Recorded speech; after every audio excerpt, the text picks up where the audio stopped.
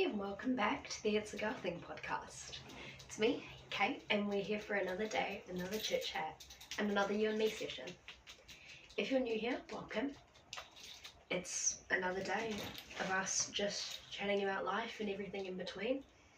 Please ignore my dog as she comes really close to the mic. The perks of being back home at my parents' house is that my dog likes to take over the show. And as much as I love her, she tends to get in the way. Well, what else is there to say? Welcome, whether you're new, old to the show. Welcome. We want you here. We love you here. And there's not much else coming up except for the fact that I lost my voice pretty much for the last four or five days. And so that's meant I haven't been able to record for you guys, and I haven't really been able to get out of bed, and it's just a huge bummer because it's the one time I've had the chance to have a cool holiday and actually get to enjoy it, but I've been sick, and I think that's my body's sign that I needed to slow down. But let's get straight into this week's episode. We are talking about social media, in specific, social media addiction. And we're gonna keep it very real around here, and we're going to talk about some of the more scientific and medical side of social media addiction, the mental side, and improvements, tips, all those kind of things. So I feel that social media is a blessing and a curse because it allows us to constantly be interconnected, and in a world where we have so much technology at our fingertips, it's so cool that we can just connect with each other over social media and through our phones, especially with family halfway across the world that you never get to see otherwise, or that you might never have spoken to until technology. However, we can become very easily hyperfixated on social media, on technology, on everything that it does. I also know that we have a reduced attention span due to social media, especially TikTok videos, Instagram Reels, YouTube Shorts. They have all reduced our attention span because they are designed to hook you in for about a generalized 15 seconds. Especially with TikTok, where it started at 15-second and under videos, then increased to 30 seconds, and now you can record up to 10 minutes of content on one video, which is almost like getting into YouTube level territory. And it's very strange because the lengths got longer, but we've still reduced the amount of time we actually want to watch. And I think the big issue around social media is we know it's a problem, but we are so caught up in it that we don't even care. And hey, I I'm going to be the first one to admit that we need a healthy dose of reality. I was on TikTok after work for so long on Sunday that I didn't record and upload this. I possibly could have because my voice was still mostly there on Sunday and it was pretty much gone Monday. But I got roped in. I was tired after work and I had what I call my enrichment time in my enclosure, which is where I just lie in my bed when I get home from work and scroll for a little bit just to disconnect. But it's really funny because I say it's disconnecting, but I'm not even sure it's what am I disconnecting from, because I'm just connecting into social media and things. Maybe I should read a book. I don't know, what other things can I do? That's the thing, is social media has taken away my ability to think of something else to do. Read a book, cool, I love reading. But what else can I do? As a kid it was oh, you could play with your dolls, or you could do this or do that, and now it's social media. It's on my phone. Anyway, I know my social media addiction can be bad, and I'm working on it. But when the podcast and the stuff I'm so passionate about is so heavily influenced and affected by social media, I feel like I am obligated to keep up to date and I suck really badly at using social media for actually posting and keeping up with you guys and content, and I think that's because I consume so much social media content that I look at it and I go, but my content is not going to stand up to that level. That content is not my content. Whatever I choose to make, I don't feel like it's going to be good enough. And it's stupid because we say it shouldn't be about the likes, the follows, the comments, anything like that. But it is at the same time. Because if you don't get any of that, then what do you feel like you're doing it for? But at the same time, I do this for me, I do this for you, and I do this for us to all have a space to come and a space to be exactly who we are. And to navigate topics and struggles in the world like this. And it sounds like a first world problem. And it is a first world problem. But for us, it's important that we get over it. My dog is really hanging out with me now. Social media addiction is an uncontrollable and unconscious a lot of the time. Well, especially it is for me, because I will open up my phone and out of pure habit just open TikTok, Instagram or Facebook. And it's because my fingers, like I have muscle memory to know where the app is on my phone home screen. And sometimes I'll really mess with myself and I'll just move the app to a different spot. And when I automatically do it, I open some completely different app. And it's bad because that's how I know that it's out of an unconscious muscle memory habit that I've actually opened the app. And I open the app up and I start scrolling even though I don't want to. And what we don't realise is that addictive social media usage looks like a lot of other addictions and the symptoms of it. And we give so much negativity and attention to drug addiction, alcohol addiction, sexual addiction, all the other kinds of addiction that we feel are so common to talk about. Well, not common to talk about, but if you hear the word addiction, that's what usually comes to mind.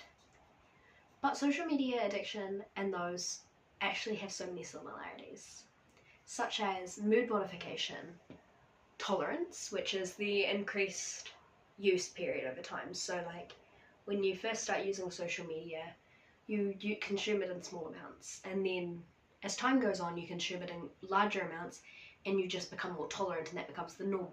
That's like people who have alcohol addictions. They start off drinking in small quantities and then it builds up and it builds up and it builds up and your tolerance is increased.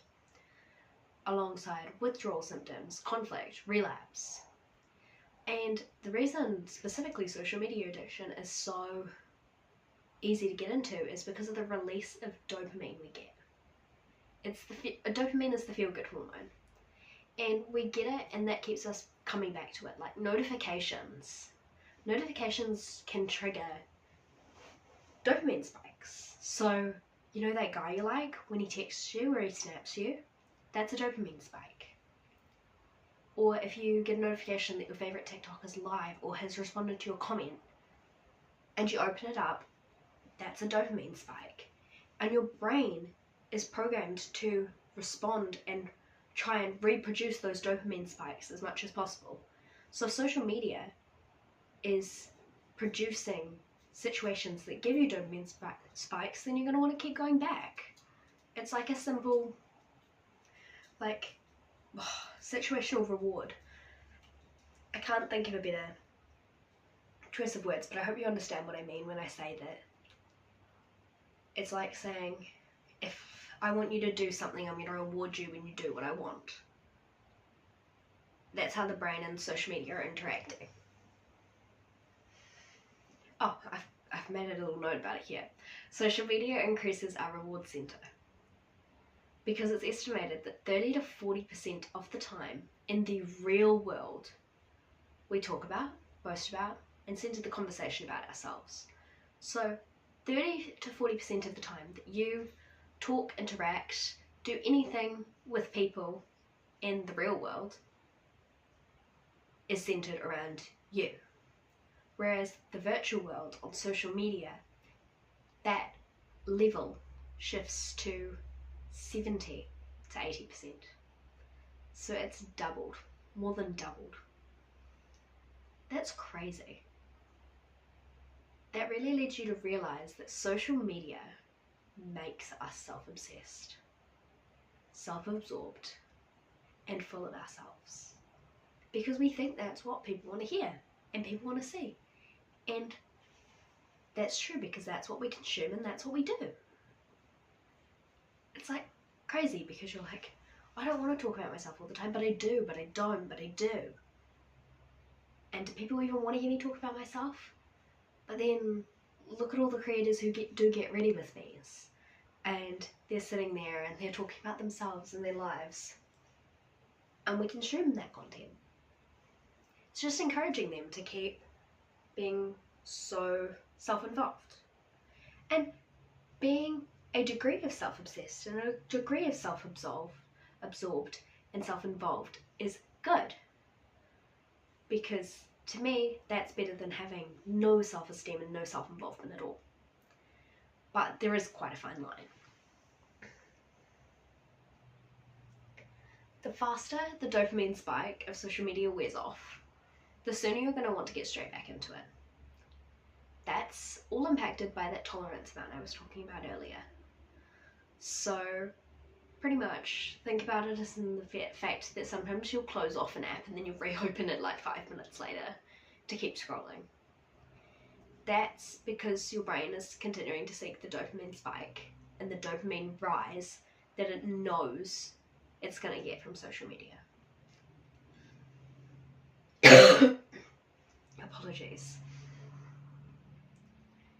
And I'll talk about this in a different section, but I just want to briefly say, in case I forget, that maybe a way we can combat that is about identifying things that can spike our dopamine other than social media. So how to identify social media as becoming an addiction for you? I actually just took a list of questions straight off the internet from a reputable source, and I have done quite a bit of research for this episode because I don't want to incorrectly talk about a topic like this because it is addiction. So I will read the list of questions and then we can talk about it a little bit. Do they spend a lot of time thinking about social media or planning to use social media? Do they feel urges to use social media more and more? Do they use social media to forget about personal problems? Do they often try and reduce use of social media without success? Do they become restless and troubled if unable to use social media? Do they use social media so much that it has a negative impact on their job or studies? If you answer yes to more than 3 of these questions, it might indicate the presence of a social media addiction. That guideline comes directly from the US Addiction Center, and I know I'm not from the US, but there are so many more resources out there that come straight from the US when I'm looking online. So that's where this one's come from. Plus, I know that a handful of you are from the US, so this can apply to you as well. I think for me, the one that I really resonate with the most on that list is, do they try often to reduce the use of social media without success? Because I've tried so many times and failed so many times to reduce it that I just kind of accept defeat. And that's not the best look for me. So let's go straight into tips and tricks to reduce social media usage. These are some that I've tried, some that I want to try, and some that I just took from good sources off the internet, because what I think might work for me and what I think might work for you might not entirely. So let's have a look. Firstly, I want to say it's not as simple as it seems, and it may take several attempts, a long period of time, and support from other people. The biggest one you'll see is a social media detox being the best way to do social media. Reducage of usage. Oh, it makes so much sense, ladies and gentlemen. Well, actually just ladies. And a social media detox can be done in stages, or it can be done as a full detox. And a full detox isn't usually effective until your overall usage is reduced. So you can do like 30 days, 1 week, 1 day weekend detox with no social access to begin with. Or if you think you have the self-control introduce limits to your usage. And I would recommend trying to implement some limits first. Even if you do say for a weekend you're going to drop like social media timers on your apps, and stick to that for a weekend, and then do a week social media detox following that. So you've kind of prepped your brain for the reduce of the dopamine spike. That's how I think about it. And then you're doing a week with no social media, which helps control that. This one I'm keen to try, which is having a set scroll period. So whether it's 1, 2 or 3 hours, I'd personally say max it 3 hours, not like don't do 4 or 5. And that's your unlimited scroll time. So you can choose, might be ideal in the morning depending on what hours you work or go to school, or it might be in the evening depending on what you've got going on. But you can sit down and you're allowed a map, like that's your scroll period. You can do whatever apps, whatever social media usage you want, but that's how long you've got to do it. So your brain's allowed to do it, but you can't. And then a very trusty blunt reminder that you do not need your phone on the toilet. This is a huge one that can really help you start off. Personally, it's the one thing I can't get behind, using your phone on the toilet. Not only because to me that's personally a little bit gross, but if you do it, hey, each to their own. But I think that's really a sign that your need for technology and social media has gone too far, as if you feel like you need to take your phone to the toilet. And if anyone has any other tips to reduce social media addiction, let me know. I'll share them with everybody if you let me, and I can also use them too because that's important.